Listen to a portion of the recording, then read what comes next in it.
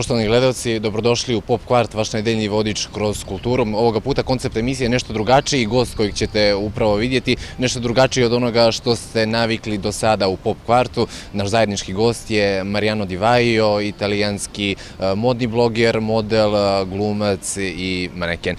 Mariano, hello, welcome to Montenegro. Thank you so much. First of all, tell me, did you know that you have so many fans in Montenegro? Well, not really. I just found out when I came here. I saw the messages and I was, wow, that's really nice. I have to tell you, when I put the status on Facebook that you're going to be my guest, it was like 1,000 messages in inbox, how can we meet him? So, have you met any of your fans here? Yeah, I've seen some guys waiting at the airport and that was really nice because I wasn't expecting and it was really late in the evening, so I was like, whoa. Well, it was really nice, yeah. Okay, so this is your first time in Montenegro? Yeah, it is. What have you seen till now? Well, I had the chance to know a little bit more about the story of Budva. I went to the old town, I had a guide, so I take a small tour around the city. And I've heard a lot of stories about churches and about the olive tree and about the city in general, and that was really nice. I've seen some really nice spots. And I want to say that it's really, really cool. I took some really cool pictures there, so I can't wait. We saw it on Instagram already, a few of them. Can you tell me, since you're from Italy, and Italy and Montenegro are quite close, have also the historical connections, can you tell me if you can find some similarities between our two countries? Well, there is. I can also see some similarities on the buildings because actually, my city where I come from is called Perugia, and it looks pretty similar to Budva. Of course, it's totally different, but like the stones, like the city is made of stones. There's like some really similar things, and even the food is not that bad, I want to say. So, although the Italian food is like the most famous in the world, ours is not so bad. No, it's not so bad. We have great Italian restaurants, so but you have to try Montenegrin national cuisine if you haven't already. I've tried some how was it called? No, it was like gnocchi, Montenegro gnocchi. Yeah, that was really nice. Yeah. Okay, let's go back to professional questions, if we can say so. Can you tell me more, and to our audience, more about your professional background, when it all started? Well, as I always say, it was kind of a coincidence because, as you know, I started as a model when I was really young because I left my family when I was 18. And I went to London and started working as a model because I got recruited on the street. And after that I went to New York because I was studying acting there because it's my passion. It's what I do for fun, I like acting for fun. So, and there I saw that there was this thing about blogs. Like people were looking at blogs even to find a house, even to find a restaurant, even to find, suggestion for everything. And I was like, that's really cool. It's like a personal internet, like someone talking about food and you really can talk with him, commenting and stuff like that. I was like, that's really nice. So that's where I had the idea to open my own blog about fashion because that's the thing I like. So it started all like this and now it became my job. So. Did you ever dream that that you will become worldwide famous because of your blog? I had no idea, to be honest. It was just something I was doing for fun. I was studying at the university, I was working. And then all of a sudden it just exploded from nowhere and it became a job and it's really nice now. If you compare modeling, designing and fashion blogging, what similarities there can you find and what do you prefer of all of that? Well, let's see, they both give me the chance to travel a lot. They are both dream jobs because they're really nice jobs. I can't say any different. But let's see, maybe blogging is more expressing who you are and how you feel about fashion. Maybe sometimes modeling, it's how the photographer, the stylist, and the brand wants you to be because you're kind of an actor, no? You're wearing the clothes of someone else and you say, be the James Bond of the situation, no? But in blogging, you talk about what you like, what you want to show to your readers, and what you want to suggest. So it's more personal, I think. But do you think that fashion blogging can be a long-term profession? To be honest, I don't think so. Like right now it's so crowded because there's so many blogs, like so many people talking about fashion, pretending they're like guru about fashion. And I never said I'm a guru about fashion. I'm just saying I show you what I like. And if you like, it's good. If you don't, I'm sorry. I mean, that's always what I said. So I don't think it can be a long-term profession, but but it might evolve in something else. Like I'm actually doing something else on the side. I'm making my own ring collection because I'm in love with jewelry for men's, like necklaces or rings, and I'm doing some other collaboration about clothes. But I think maybe some blogs are gonna turn into magazines or something like that. Maybe, I don't know. So where do you see yourself, for example, in 10 years? I don't know. Maybe at the Hawaii, surfing somewhere. No, I don't know. Maybe.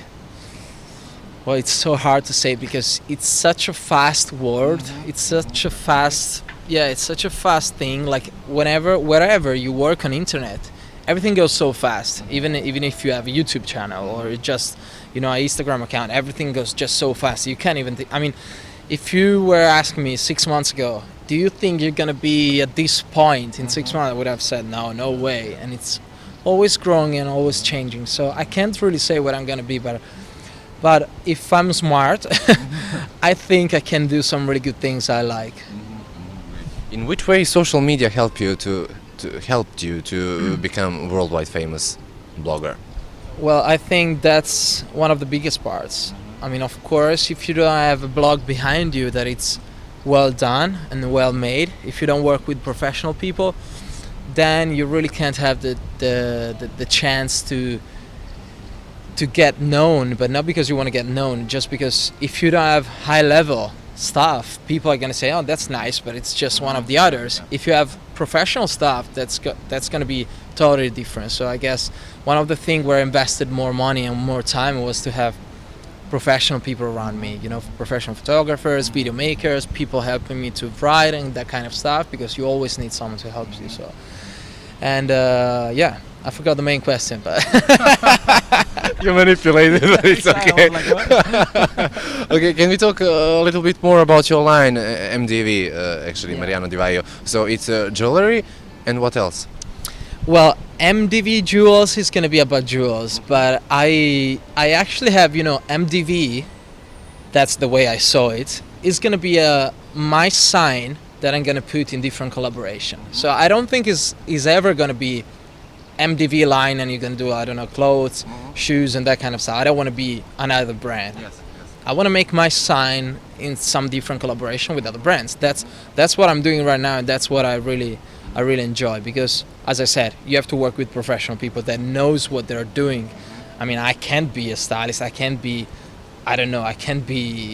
make my own brand without people helping me, because I'm not, as I said, I'm not a good fashion guru or something like that. So that's what I want to do. I'm gonna make collaboration, except for jewelries, because MDV Jewels is gonna be my personal own jewelry brand, because I really believe in it and I really love rings, as you say. So those are MDV. No, not really, not these ones. I can't wear them right now because my personal policy. I'm gonna wear them next month, because we're gonna come out in June at the YT Milan. It's the first show we're gonna do, and yeah, after that we're gonna see me with my personal rings. Are you right now collaborating with some brands? Yeah, I'm collaborating with it's called MC2 Sombart, which is a really well-known brand about swimming pants, swimwear. And I'm making my small collection of swim pants, and I'm really happy about it because I already saw them. They're really nice. I mean, we had really cool ideas for the design and for the printings. And what else? I'm coming out with my personal perfume. We were talking about it before. Yeah, yeah, it's gonna be really nice. I'm really happy about it because I love perfumes, and I think that's like one of the most important things for a man. It's like your card, like if you come and you have a nice perfume, you're already 1 point ahead. So that's another cool thing I'm gonna do. Did you ever have something like fashion icons or role models that you admired? Well, it might sound common and maybe stupid, but I really admire Brad Pitt. I know Brad Pitt is Brad Pitt. Everyone says I love Brad Pitt, but I really admire Brad Pitt because of his story. I mean, I've read so much about him. I've read so much about how he was before and where he is now. I mean, he's such a great actor, and I love his job. I love every single movie he did, even the most stupid ones, if you can say so. I mean, Did you know that his first movie was shot in Montenegro? Really? I had no idea about this. Nice, nice. Well, yeah, he's a great role model for me. And what else? There's so many. I mean, I admire so many different people. Let me think. Even in fashion, I don't know. I think I admire more actors than fashion people because, as I said, it's a good passion for me a lot. I watch so many movies, but in fashion, maybe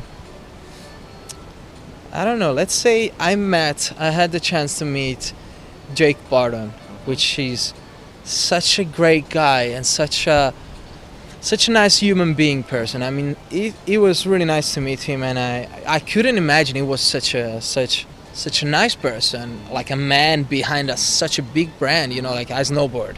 So I always use Barton, and I'm like, wow, Barton is so cool. When I met him, I was like, he's gonna be, you know, oh, like I'm Jake Barton. It was so cool. It was like a friend I met 20 years ago. So he's another guy that I was really impressed to meet, and I think I really admire him. Yeah.